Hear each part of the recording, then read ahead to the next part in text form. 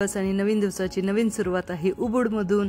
उबूडमध्ये आजचा आहे 5वा दिवस आणि तुम्ही बघा ही आहे आमची रूम आणि या रूमच्या समोरच आहे स्विमिंग पूल आणि आरुष किती छान मस्त एन्जॉय करत आहे स्विमिंग पूलमध्ये. तुम्ही आता बघितलं असेलच. कशी वाटली तुम्हाला आमची रूम? तर उबूडबद्दल सांगायचं झालं तर उबूड म्हणजे आपलं दुसरं महाराष्ट्रातलं कोकणच आहे. सेम जसं वातावरण तिकडे आहे तसंच वातावरण सेम टू सेम तसंच तुम्हाला आढळेल. त्यानंतर दुसरी गोष्ट, आज आम्ही जाणार आहे 3 पॉइंट्स कव्हर करायला. तर त्याच्या आधी जायचं आहे आम्हाला ब्रेकफास्टला. तर पहिल्यांदा आम्ही करू ब्रेकफास्ट आणि त्याच्यानंतर आम्ही जाणार आहे. त्याच्यानंतर आम्ही 3 पॉइंट्स कव्हर करणार आहे. त्यातलं एक आहे लेके लेके वॉटरफॉल, त्यानंतर माझं सगळ्यात फेवरेट उलन दानू टेम्पल आणि आहे हंदरा गेट. तर बघू आता कसं प्लॅन होते ते. आता थोड्याच वेळात आमची कार येईल तर तोपर्यंत आम्ही इथे ब्रेकफास्ट करायला आलेलो आहे. आणि ब्रेकफास्ट हे ज्या हॉटेलला आम्ही राहिलो होतो चिली उबूड नावाच्या, तर त्यांचंच हे हॉटेल आहे. त्या हॉटेलमध्येच आम्ही ब्रेकफास्ट करायचा विचार केला, कारण इथे जे इंडियन हॉटेल आहेत तिथं ब्रेकफास्ट मिळत नाही, डायरेक्ट तुम्हाला लंच मिळतं. म्हणून आम्ही इथेच ब्रेकफास्ट करायला आलो. M great. नासी गोरेंग मी गेले खुदे स्मूथी बोल बेस्ट. नासी गोरेंग मी गोरेंग गेलं खड्ड्यात. Smoothie ball is best. बघू मला काय म्हणते बेस्ट म्हणजे मग कोकल बघायला पाहिजे. हे काय चॉकलेट आहे. ते चॉकलेट ते ड्रॅगन फ्रूट आहे. हे कशाची स्मूथी माहिती आहे तुम्हाला? गेस कर कशाची आहे. पाना फ्रूट स्मूथी बोल. ड्रॅगन फ्रूट स्मूथी बोल. Really cool. Looks great. Okay thank you. Actually बालीमध्ये 2 डिश खूप फेमस आहेत. आरुष कोणत्या सांग? नासी गोरेंग आणि मी गोरेंग. हा, तर यातलं हे काय आहे? नॉनव्हेज असतात पण आम्ही त्यांना जरा हे केलं विदाऊट नॉनव्हेज. आम्ही त्यामध्ये व्हेजीस टाकून द्यायला सांगितलं, त्यामुळे त्यांनी दिला नासी गोरेंग आणि मी गोरेंग. तर एक म्हणजे राईस असतो आणि एक म्हणजे नूडल्स असतात. नूडल्स नाही, ह्याच्यामध्ये टोफू आहे. हा, हे टोफू आहे. हे हा जो राईस आहे हे टोफू आहे. Tofu is almost best part. This is rice. This look fantastic. This is a mee goreng and the another one is nasi goreng, that is a noodles. So these are the 2 main food of Balinese. How is it? Awesome. Okay. Enjoy. There is no rain and it's good. So a little bit traffic over here. It's like you can in Konkan. Okay, in Konkan also you have the small roads and the traffic. Same like Konkan and the Goa. You have the same feeling over here.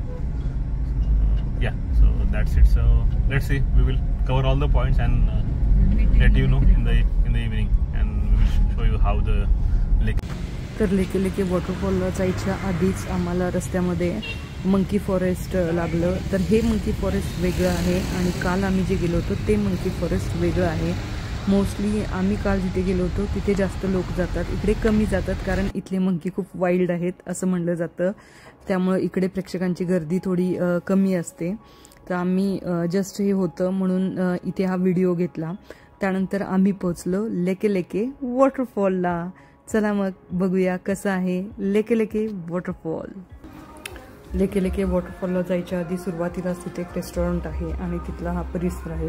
किती सुंदर परिसर आहे बघा. तिथे प्रत्येक ठिकाणी तुम्हाला असे स्विंग दिसतील आणि त्याचप्रकारे वेगवेगळे फोटोशूटसाठी हार्ट बनवले असतील किंवा राऊंड बनवलं असेल, असे वेगवेगळे खूप छान छान पॉईंट्स आहेत. आणि आम्ही वरून खाली जायला निघालो.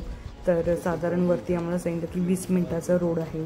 तर लास्ट टाइम आम्ही जो वॉटरफॉलला गेलो होतो बेनुमला वॉटरफॉल, आणि तो बेनुमला नाही तेनुंगंग, सगळे नाव इथले वेगळे वेगळे आहेत लक्षात ठेवायला, त्यामुळे लक्षात राहत नाही.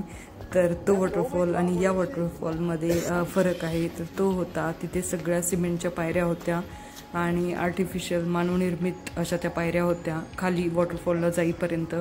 पण हा जो वॉटरफॉल आहे इथं पूर्ण सगळ्या नॅचरल स्टेप्स आहेत. म्हणजे अशा इथं जशा तुम्ही व्हिडिओमध्ये बघत आहे सेम अशाच मातीच्या बनलेल्या स्टेप्स आहेत. मध्ये मध्ये दगड आहेत आणि असं खालीवर थोडं ट्रेकिंग आहे, पण स्टेप्स आहेत प्रॉपर.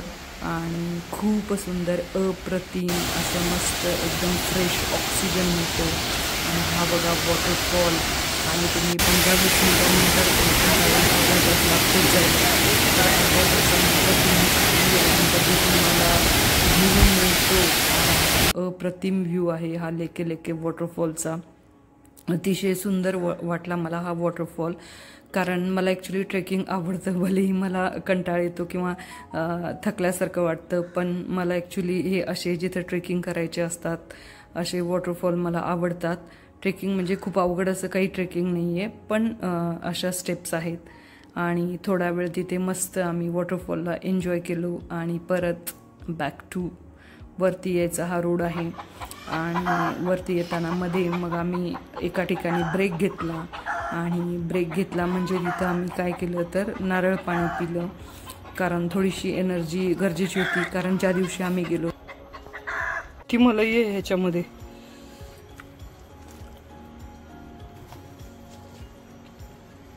आरुषच्या ह्याच्यात तर बघा किती मला स्पून तुटला एवढं कडक आहे. बापरे.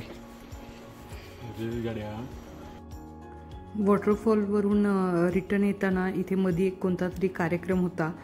तर आम्हाला असं वाटलं की म्हणजे इथले कार्यक्रम कसे असतात, कसं डेकोरेशन केलेलं असतं, त्याच्यासाठी आम्ही जस्ट हा व्हिडिओ घेतला म्हणजे तुम्हाला सगळ्यांना पाहता यावं म्हणून. आणि याच्यानंतर आम्ही गेलो जेटीला राईस टेरेस बघायला.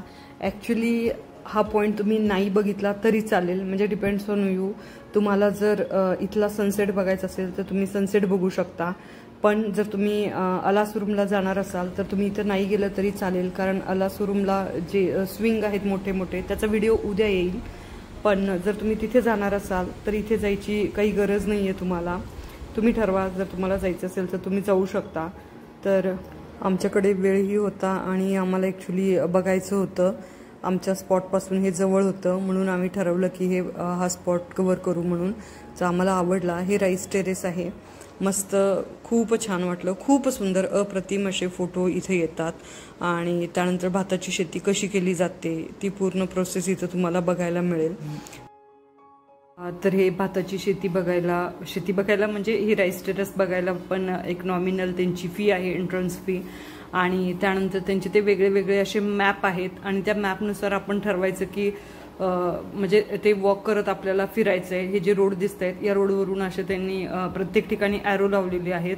ते साधारण 5 ते 6 मॅप आहेत. त्यातला तुम्ही कोणता मॅप चूज करता. तर आम्ही जो शॉर्टेस्ट पाथ होता तो चूज केला. तोच साधारण 1.7 किलोमीटरचा काहीतरी होता. आम्हाला अजून 2 स्पॉट बघायचे होते म्हणून मग आम्ही तो चूज केला. आणि त्यानंतर काही रील्स बनवल्या, काही व्हिडिओज बनवले. इथं तुम्ही बघू शकता. इथं आमची एन्जॉयमेंट इथं सुद्धा चालू आहे. आणि त्यानंतर मग आम्ही थोडंसं खायला गेलो पुढे.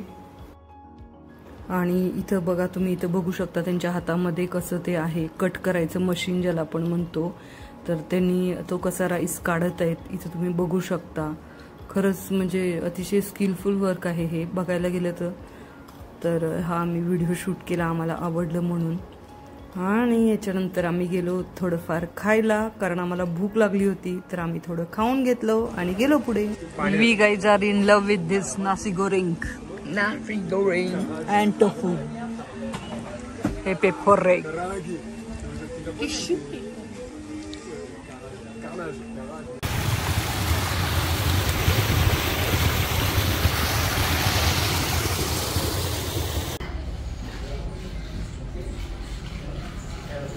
आणि याच्यानंतर आम्ही पोहोचलो माझ्या सगळ्यात फेवरेट बालीमधला स्पॉट. हा उलुन दनु बरातन टेम्पल.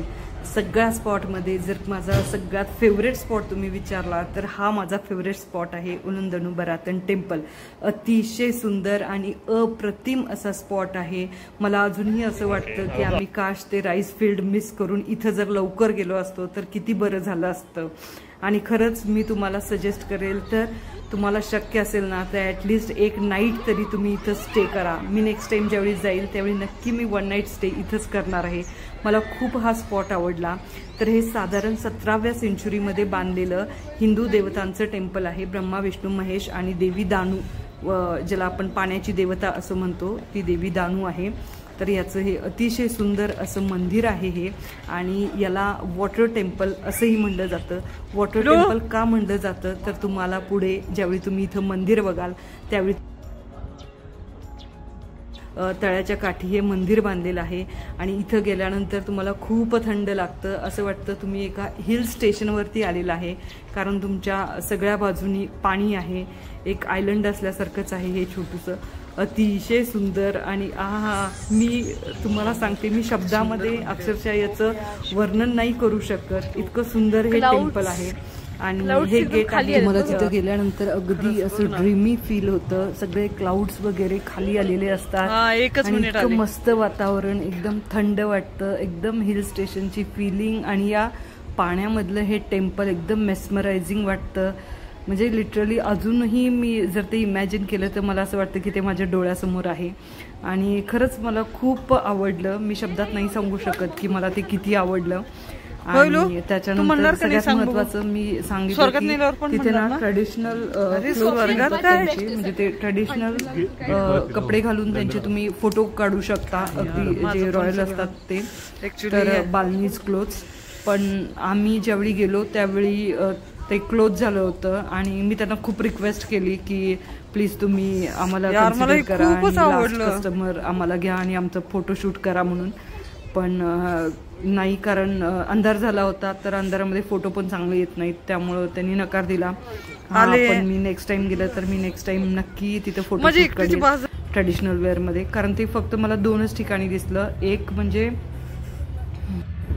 GWK पार्कचं जे म्युझियम होतं, आहाणा म्युझियम, तर तिथे होतं, आणि दुसरं म्हणजे ते इथं होतं. पण इथं मला हे टेम्पल आवडलं होतं आणि या टेम्पलच्या इथेच माझी इच्छा होती खूप की ते करायचं. पण ठीक आहे, काही नाही, नेक्स्ट टाइम मी नक्की करेन. पण जर तुम्ही तिकडे जाणार असाल तर तुम्ही हे न विसरता करा. आणि 5च्या आधी ते बंद होतं, 5 वाजता, त्यामुळे ते लक्षात ठेवा तुम्ही.